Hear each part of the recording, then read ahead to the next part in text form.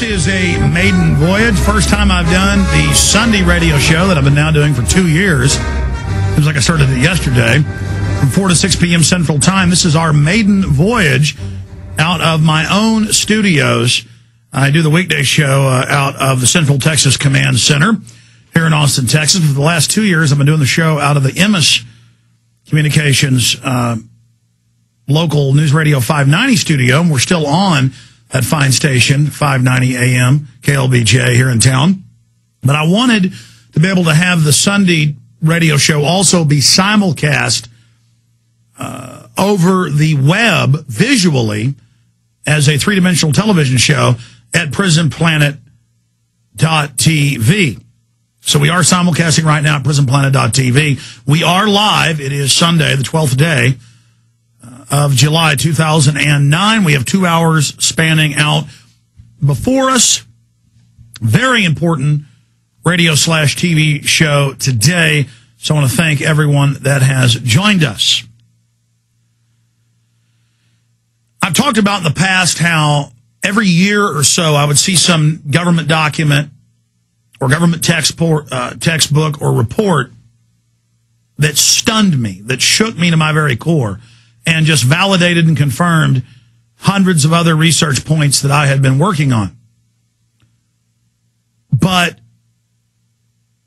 Friday, I became aware, Friday evening, of a government textbook at policy level for academics, advising government, that's over 1,000 pages long, and I read several hundred pages of it.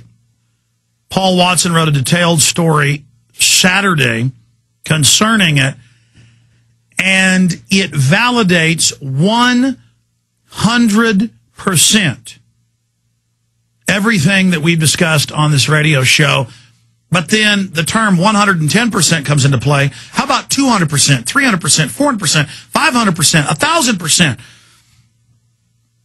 I am almost speechless at what we've discovered. And it's probably the most devastating single document that I have ever read or looked at, and I can't put it down.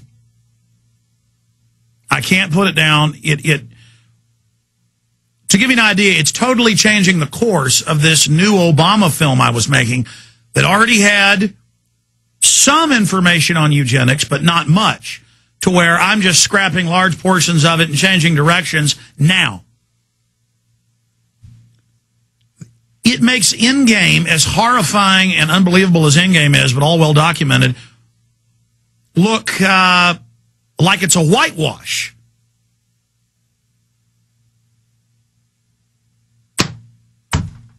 I mean, good night, nurse. When does this end?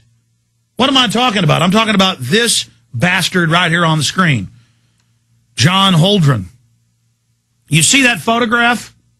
You see what's in the background? You see that book on the bookshelf right there? Well, I have the Google Books copy of it, and I have two ordered. It's an expensive textbook. I ordered a new one over $100. Being mailed to me, this son of a bitch, and that's what he is, this psychopath who makes Jeffrey Dahmer look like a choir boy. This guy right here is one of the main engineers of the eugenics operations going on right now. And that book you see right there on screen is everything they're doing to us. I went and lift weights today, and I saw two young women who had brain disorders and couldn't walk, and I couldn't control myself and went up and talked to one of them, and she was talking about, yeah, this just suddenly happened when I was 22 years old. Out of the blue, they don't know what it is. And I said, lady, did you take some vaccines around that time?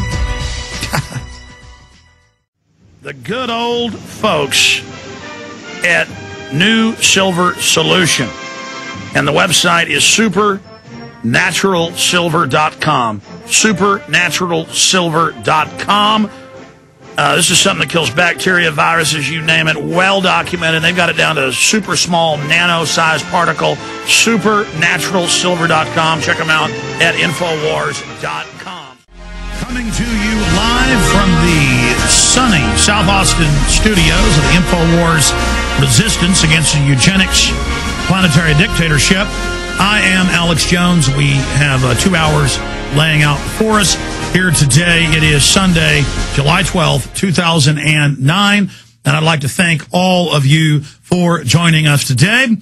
I've been simulcasting the radio show, the weekday show, from 11 to 3 Central Standard Time for the last 2 years at prisonplanet.tv. But I've decided to go ahead and move the Sunday show into our studios as well. And we are simulcasting this radio show right now in living color at prisonplanet.tv. And you'll want to go over to prisonplanet.tv and watch, because this is going to be one of the most important 2 hours of radio I have ever done. In my 14 years on air, there have been many stories that stun me, that stagger even my belief system, that make me even question what I'm looking at. And they're generally government documents, Council on Foreign Relations documents, declassified documents. One of them is Operation Northwoods. In April of 2000, the Baltimore Sun, the Associated Press, and ABC News all did front page, top coverage. ABC Nightly News covered it. Headline: U.S. government planned to bomb and terrorize U.S. cities as pretext to attack Cuba, war with the Soviet Union. And it was declassified, and the government admitted that they had a plan to stage terror attacks across America as a pretext to launch World War III. But thank God President John F. Kennedy had said no. So General L.L. Lemonster and the boys had him capped. Now, the information I discovered Friday into Saturday that's up on prisonplanet.com stunned me so badly, and it dwarfs any other discovery, anything else I've ever covered. Nothing even begins to approach the level and the magnitude of the information you're about to hear today. Now, that said, we did not discover this information. It turns out Front Page magazine, run by David Horowitz, a big neocon pro-war guy, found the textbook and wrote a story weeks ago, and it got no attention. Then some other big blogs went and bought the government textbook and did scans of it.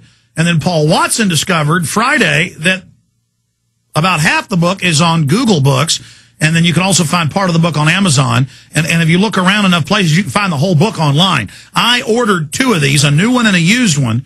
The used ones are 60-something bucks. New is hundreds of dollars. A government textbook, and it's a textbook out of print. This is a textbook, though, for policy people. This is a textbook for PhDs and academia. Kind of like Carol Quigley's Tragedy and Hope, also 1,100 pages. This treatise is 1,100. And Tragedy and Hope was commissioned by the State Department and the CIA. They were to print 1,000 copies. He was allowed into the official histories of the British Empire, how it had taken over the U.S. with the Federal Reserve Act, how they controlled fascist and communist, how they funded Hitler, how they funded Stalin, and he just brags about it all. And that's Bill Clinton's main mentor from Georgetown. And it's thousands of dollars to get an original of one of those, though other groups have pirated it and republished it. And you can do that with government-funded manuscripts. So you can get a copy of Tragedy and Hope out there if you'd like to. Now, this textbook dwarfs that. And everything that Carol Quigley in '68, when he published that book, has become somewhat passé.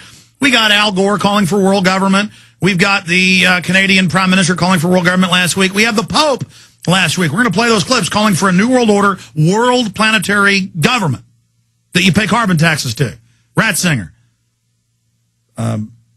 Benedict, the whatever he is. But the point is, all of this is going on and happening right now. And so all these years we told you about that, and oh, we're kooks, oh, we're crazy. And I'm like, hey, look at these government documents, and look at these Rand Corporation documents, and look at this congressional hearing about it, and you'd laugh, oh, that doesn't exist. Well, now you see all over the news admitting a world government.